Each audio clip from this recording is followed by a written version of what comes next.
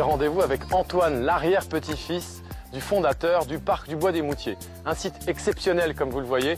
On a regroupé des centaines d'espèces végétales venues du monde entier. Avec Antoine, je vais découvrir cette merveille botanique. Bonjour Antoine. Enchanté. Enchanté. Je peux tutoyer? Avec plaisir. Alors Antoine, ce site, quand on y arrive, il y a vraiment une impression de sérénité. Dans les jardins, puisqu'on arrive par les jardins.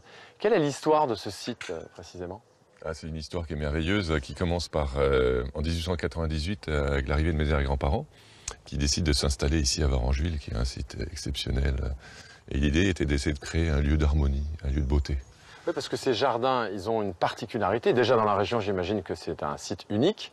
Il n'y en a pas d'autres des sites comme ça, des jardins comme ça. Qu'est-ce qu'ils ont voulu vraiment, quel esprit ils ont voulu donner à ce jardin?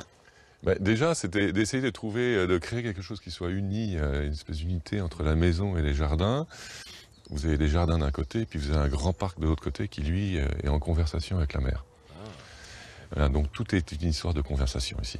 Est-ce qu'on peut converser avec le parc? Est-ce que moi je peux converser avec le parc? On va essayer. Alors là, on est dans le jardin blanc, mais ensuite on va aller dans le jardin entre les murs. Là. Alors le jardin blanc, parce que évidemment toutes les fleurs sont blanches. Le blanc pour l'enfance, c'est ça? C'est la symbolique de la pureté, évidemment, l'enfance. Et ça veut dire que donc le début de la découverte de ce jardin, c'est toujours par ici, par l'enfance, c'est ça?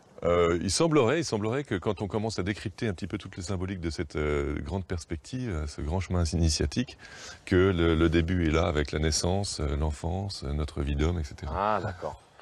Donc ça c'est le parcours initiatique. Et qu'est-ce que ça nous raconte, les symboles qu'on peut trouver ici? Donc ici, on est dans le jardin de notre vie d'homme, un carré, un cercle, la matérialité, la spiritualité, et puis un cheminement qui est l'opus incertum, qui représente le chaos. Ah, notre oui, vie d'homme okay. est traversée par un chemin chaotique. En général, les gens sont d'accord là-dessus. Oui, je suis d'accord. Et puis ici, on a une forme, elle, qui est extrêmement harmonieuse, une forme géométrique, qu'on sent, qui est dynamique, qui vient chasser ce chaos, avec les cinq éléments. Besson avait fait un film qui s'appelait Le cinquième élément, et en fait le cinquième élément, c'est donc on a la terre, le feu, l'eau et l'air, et le dernier élément, c'est l'amour. Ah, ok. Voilà. Donc c'est cette idée de planter une graine d'amour, et ensuite ça va chasser le chaos. Je pense qu'on en aurait bien besoin aujourd'hui. Je suis d'accord. On va la faire germer plus loin, la graine d'amour? C'est pas mal.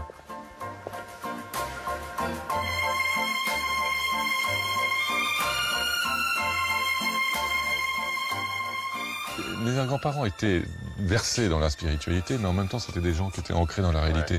Je pense que mon arrière-grand-mère devait être un peu perché, mais c'était quand même des gens qui voulaient créer un jardin. Quand on crée un jardin, on a les mains dans la terre. L'idée, c'est que dans cette affaire-là, je pense que c'est important d'être à la fois en haut et en bas. Il faut être ancré, parce que sinon, quand on est trop d'un côté ou trop de l'autre, ça va pas. C'est toujours une question d'équilibre. C'est vrai. C'est l'osmose. C'est l'osmose. À la base, déjà, l'idée, c'est que mes grands-parents avaient la conscience que les végétaux, ce sont des êtres vivants qui ont de la mémoire, communiquent entre eux, peut-être essayent de communiquer avec nous depuis longtemps. Donc, ils n'ont pas juste utilisé des végétaux pour créer de la beauté, comme des pigments pour un peintre. Ils ont aussi utilisé des végétaux avec cette idée que potentiellement, ces végétaux peuvent nous aider à grandir. Là, ton explication me permet de mieux comprendre le jardin et de voir aussi quelle est son utilité. Au-delà d'un bel endroit où on a envie de se promener. Il y a une autre dimension, un autre niveau de lecture. Et puis de vibrer avec le lieu. C'est toujours une question de vibration et d'énergie. On continue à vibrer. On y va.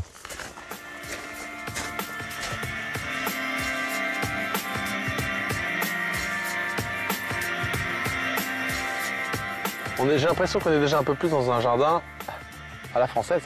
Non, mais déjà, à l'origine, c'était un potager. Hein. Il faut imaginer une immense potager entouré de pommiers, palissés, etc. Ce jardin, lui, a été créé il y a une vingtaine d'années par ma mère. On en a fait une roseraie. Mais moi, j'ai un projet pour l'avenir de retrouver un potager pour pouvoir justement allier les fleurs, les légumes, etc. Faire les choses comme autrefois pour que les visiteurs puissent à la fois sentir une plante, toucher une pêche, se rendre compte que la texture d'une feuille de rosier et de pêche, c'est quelque chose d'assez semblable, qu'il y ait des parfums, qu'il y ait des passerelles, il y ait des conversations entre tout ça. Donc ça me plaît bien. On n'est pas que dans la spiritualité, on est dans la sensualité, dans la matière aussi. On n'est pas que dans l'esprit ici. L'idée, c'est qu'on fonctionne avec des sens. Donc le truc, c'est de réouvrir nos sens. Ce lieu, c'est un lieu qui invite au recueillement, à la spiritualité.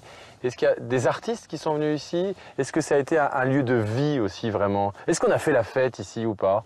Alors la fête, je sais pas, mais c'était un lieu de vie, ça c'est clair. Alors par exemple, qui est-ce qui est venu ici? Ben déjà, avant qu'ils ne viennent, ils ont choisi Varengeville parce que Varengeville est un lieu qui est pourvu d'une lumière extraordinaire, avec des paysages qui sont complètement atypiques. C'est la raison pour laquelle Monet est venu ici, on s'en rend pas compte, mais Varengeville était un des grands sites impressionnistes du monde. Il y avait un architecte qui s'appelait Paul Nelson, qui était un architecte américain, qui était le grand copain de Miro. Mais Miro venait pas tout seul, il venait avec ses amis, avec Picasso, avec Calder, Kandinsky, etc. Donc ici précisément, Picasso, Calder, Kandinsky sont venus? Ah oui, mais quand même. Mais beaucoup d'autres. Et les musiciens par exemple? On sait que tous ces artistes venaient dans le coin, et donc comme le Bois des Moutiers était un lieu, une sorte de salon, un lieu où on se rencontrait, on a un écrit dans le Potomac de Cocteau qui parle de son arrivée au Bois des Moutiers, mais on sait que Satie venait beaucoup à Dieppe, que Debussy venait ici, Roussel est enterré au cimetière de Varengeville.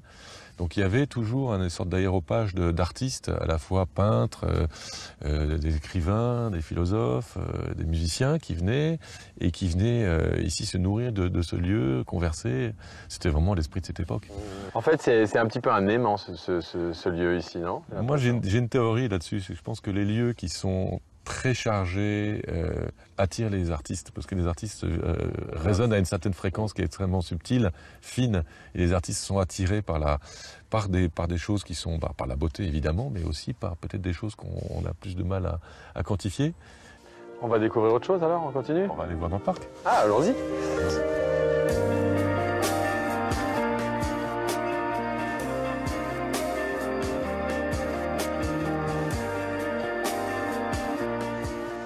Waouh!